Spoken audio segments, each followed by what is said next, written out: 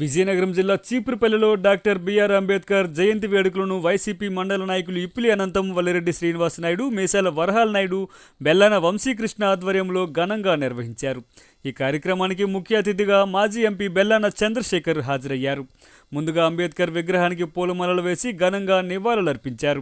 ఈ సందర్భంగా మాజీ ఎంపీ బెల్లాన మాట్లాడుతూ భారత రాజ్యాంగ నిర్మాణంలో అంబేద్కర్ ప్రముఖ పాత్ర పోషించారన్నారు. కానీ రాష్ట్రంలో భారత రాజ్యాంగాన్ని పక్కన పెట్టి రెడ్ బుక్ రాజ్యాంగం నడుస్తుందన్నారు. కూటమి ప్రభుత్వం అధికారం చేపట్టాక రాష్ట్రంలో అరాచకం తప్ప అభివృద్ధి ఎక్కడా కనిపించడం లేదని విమర్శించారు. ఈ కార్యక్రమంలో చీపురుపల్లి సర్పంచ్ సుధారాణి, గవిడి సురేష్ తదితరులు పాల్గొన్నారు.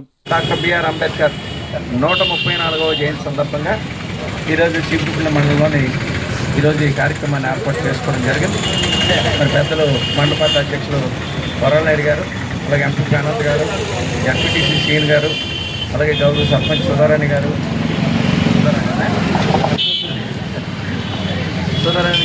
అలాగే ఎంపీటీసీలు అందరూ వచ్చారు, వార్డు మెంబర్లు అందరూ వచ్చారు. వాళ్ళు పెద్దలతో పాటు కూడా మన కృష్ణ వచ్చారు, ఈశ్వరమేశ్వర్ వచ్చారు. ఇది ఎవరికో సంబంధించింది, ఏ కులానికో సంబంధించింది కాదు.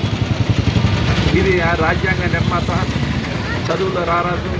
ఇవాళ రాజ్యాంగాన్ని నడిపిస్తున్నామంటే పెద్దల వేళ అంబేద్కర్ రచించిన రాజ్యాంగం వల్ల ఇవాళ కూడా భారతదేశంలో ప్రజాస్వామ్యం ఉందంటే ఇవాళకి కూడా ఆ రాజ్యాంగం వల్ల మనం అంత కూడా అంతా స్వేచ్ఛగా హాయిగా జీవిస్తున్నామని చెప్పి తెలియజేస్తాం. అటువంటిది ముఖ్యంగా అంబేద్కర్ చెప్పింది ఒకటి చెప్పారు. ఏదైతే రెండు కులాలు ఉన్నాయి, ఒకటి ధనికులు, పేదవాళ్ళు. ఈ రెండు కులాలు సమానత్వం అవ్వాలంటే ఒక చదువు వల్లనే సమానత్వం, న్యాయం చదవగలుగుతాం కదా. ఏదైతే అప్పుడు కూడా సాధించుకోవాలంటే చదువు వల్ల సాధించుకోవాలని చెప్పి పెద్దలు బిఆర్ అంబేద్కర్ గారు ఏదైతే సూచించారో చేశారు.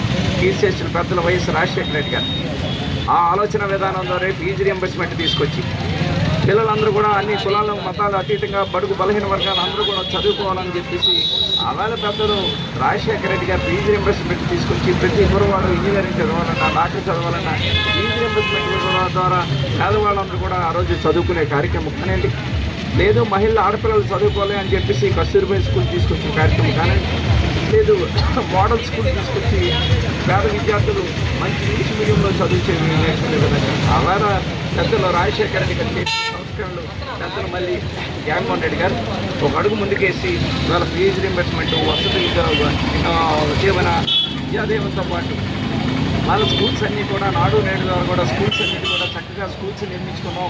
మంచి విద్య నేర్చుకునే విధంగానే స్కూల్ బిల్డింగ్లు కూడా ఏర్పాటు చేసుకోవడం జరిగిందని చెప్పి తెలియజేస్తాం.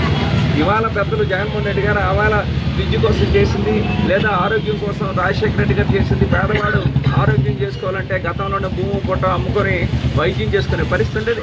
అటువంటిది కాకుండా మరి ఆరోగ్యశ్రీ ద్వారా కూడా పేదవాడికి వైద్యం చేసుకునే విధంగానే పెద్దలు రాజశేఖర రెడ్డి గారు కావచ్చు, పెద్దలు జగన్మోహన్ రెడ్డి గారు కావచ్చు.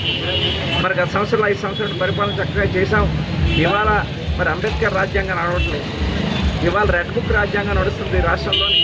ఎక్కడ చూసినా అరాచకాలు, ఎక్కడ చూసినా కూడాను మరి హింసలు, ఎక్కడ చూసినా కూడా సోషల్ మీడియా వాళ్ళని లేదు ప్రతిపక్ష నాయకుల్ని అరెస్ట్ చేసి వాళ్ళని భయభ్రాంతి చేయాలనే ఉద్దేశంతోనే ఇవాళ రాష్ట్రం అంతా కూడా రెడ్ బుక్ రాజ్యాంగం నడుస్తుంది. మళ్ళీ అంబేద్కర్ రాజ్యాంగం రావాలంటే జగన్మోహన్ రెడ్డి గారు ముఖ్యమంత్రి అవ్వాలి.